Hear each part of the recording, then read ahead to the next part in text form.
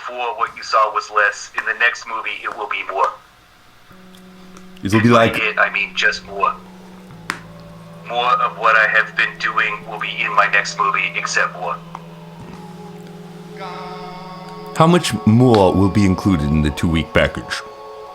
Well, I can safely say it's going to be more than any other package except the 3-week package, which has even more.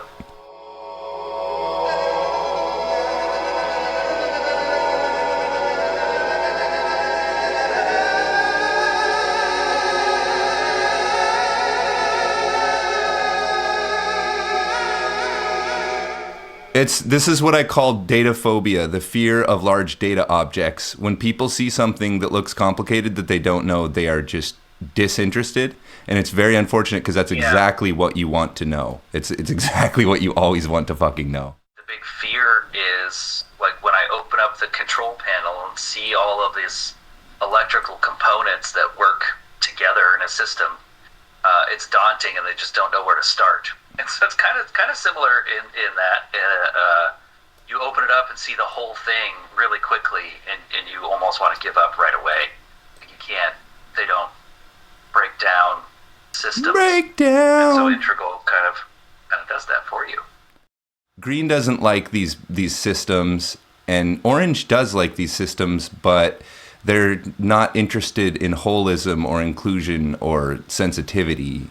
So it's pretty unique to Teal to have all these interests line up in a way that you would allow somebody to explain this stage model to you without resisting it.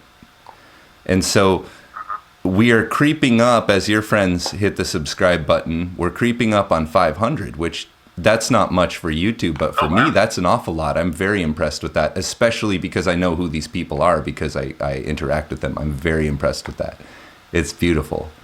I did want to say, in our bumpers here, it does help for us to say, hey guys, like hit that subscribe button, hit that like button, and engage with our channel, comment, talk to us on Discord, but also on YouTube, because literally that makes our channel visible. That makes it so when you type into the search box, Ken Wilber Integral Theory Explained, our videos come up because you hit that subscribe button. It doesn't do anything to you, the watcher.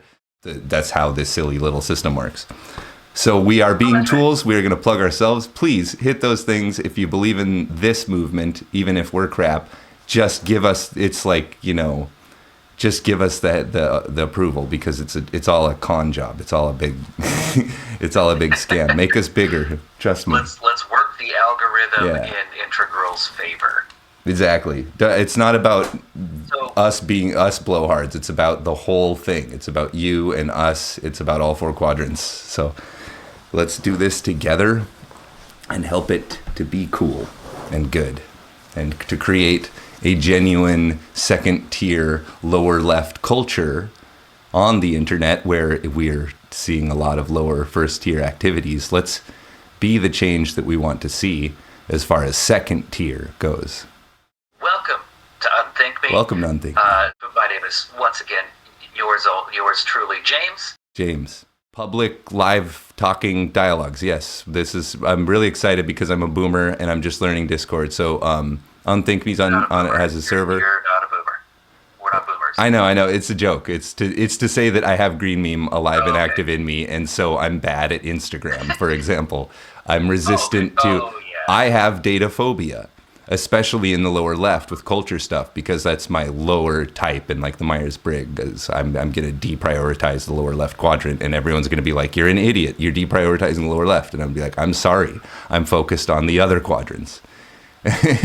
Everyone has their kind of quadrant fundamentalism. So in that social... I don't. What, kids smarter than me? Whenever I take those Myers-Briggs assessments and things like that, we do them often at work just to see where our launching point is for a new employee, or if you get new management or become new management, you kind of want to see where everyone is so that can I guess your leadership style. That was my approval. People think I cheat or I manipulate the thing. I answer honestly. Yeah. And I usually end up with almost a perfect diamond.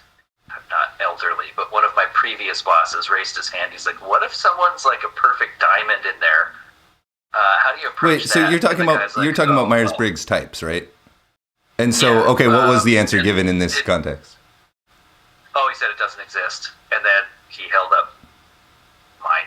He's like, well, this is weird. I completely disagree. I think it's like being ambidextrous. It does exist, but like, why would you use both hands equally? Yeah. Oh, yes. He, being a paid speaker, is in to keep things moving and wasn't going to dive down that 1% rabbit hole. Whenever you have a group of people and someone says, oh, well, there was this one time once in the history of man that this happened, you can't dive into that in a class. That's like the one percenters, yeah.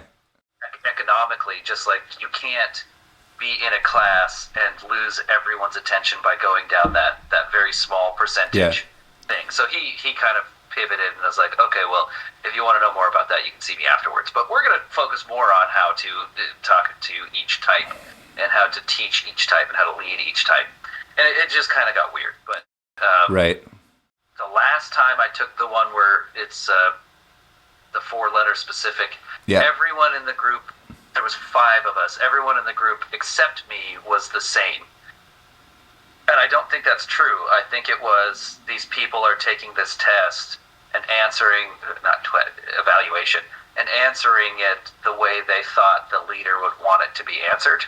And so you got a bunch of clones. I don't think they're actually like that. Okay, and this is really the heart of the matter here. The Myers-Briggs way of assessing people is a typology. It's horizontal. You're not expected to move from one. As you grow up, you're not supposed to change from one type to the other. It changes, but not in a predictable and consistent pattern. So we're calling that horizontal. And the stages, the altitudes, which I have on screen. Unfortunately, you can't see them because I have the asset on the broadcast software. But those are vertical stages, which is to say a person at magenta is expected to move to red next. It's a clear movement through these levels that you observe in people. So that's why we're calling it like horizontal and vertical. And this is the problem, is when you make a horizontal typology without any regard for vertical development, obviously certain types are going to appear at certain points in the developmental thing. Like a lot of what we're calling ENFJ is actually just amber meme being thrown in with all these other variables to create a personality at a particular moment in time. I have like a particular understanding of it, which differs from a kind of conventional one. What it essentially is, all the combinations of those 4 letters that can either be one term or the other, so, all the different combinations of that indicate the thing that you most prefer to do. And so the opposite combination of letters is the thing that you least prefer to do. And that's all it is. It's a matter of preferences. Everyone does all of these types. It's just a matter of what you do more and what you're more comfortable with. Just like everyone has to be introverted and extroverted. Not but where are you comfortable? Yeah. So just like with the first term, introverted and extroverted, everyone does both of those things, but there's one that you fall to more and that you're more comfortable with. So the way I test, in the way that I explain it to people is, and this isn't my own analogy, this is something I've seen in other, in really good breakdown, in ways that explain the Myers-Briggs that make sense. You have a car with 4 people in it. So the driver is the type that you got, right? And then there's someone riding shotgun, backseat driving in shotgun or whatever. And then you have a tertiary in the back left, and then you have a baby in the back right. That's my strong character, is this withdrawn, judging intellectually the situation. So whenever I'm doing that, I'm comfortable and cozy, and I want to do it forever. What I don't do well is sensually experience the present moment with other people. That's my baby in the back right. And this squirts out in neurotic behavior. So what happens is, because that baby in the back right seat gets so little play, it's starving. So I will squirt out into physical, sensual, extroverted activities. I'll become like overwhelmed over time, and I'll have to squirt out with these like really aggressively opposite type. It's a Dr. Jekyll, Mr. Hyde thing. Your opposite type is this thing that squirts out. So it's like your shadow self. So that's how I do the Myers-Briggs, to understand that all these types are available within you. You have a preference, and actually the way you want to go is probably towards your back right, to the thing that you're least aware of. To understand that this is how you are, but the way to shadow, to cleaning up, is going to be the opposite type from what you are, to understand how that operates and that you have that potential, that could be how you flow, is in the exact opposite type from what you are. So that would be the way upward, in my opinion. For if you're taking the horizontal Myers-Briggs and asking yourself, how do I move up? One of the best ways is to go into shadow, the opposite type. Because our preference is going to be to stick with the type that we are, and this is what they teach in management. Take your type and move with it. So say, I want to be a coder because I can be INTJ as a coder. I don't have to persuade in an extroverted sensing, perceiving way. I am entitled to intuitively, introvertedly judge what I perceive. That's safe, and you get paid for it. So that's kind of how they use Myers-Briggs in business. But the problem is, what people do is they take those 4 letters and they just think that they're equally important. But the way it really works is that these two are kind of buddied together and these two are buddied together. Like there's this dynamic to it that you have to study to really understand Myers-Briggs. And like nobody takes the time. Intuition versus introverted sensing are very different things. They're not just both introverted. I am ENTP. ENTP.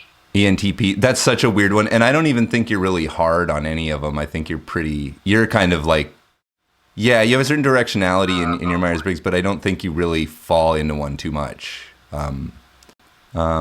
JMP, you do both. I've F'd before.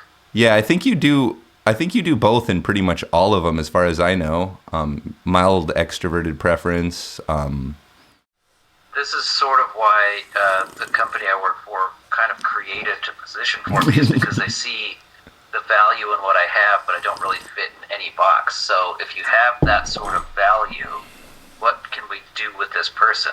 Well, I can train other people because I have the ability to conceptualize systems while at the same time empathizing with the person I'm trying to convey this to.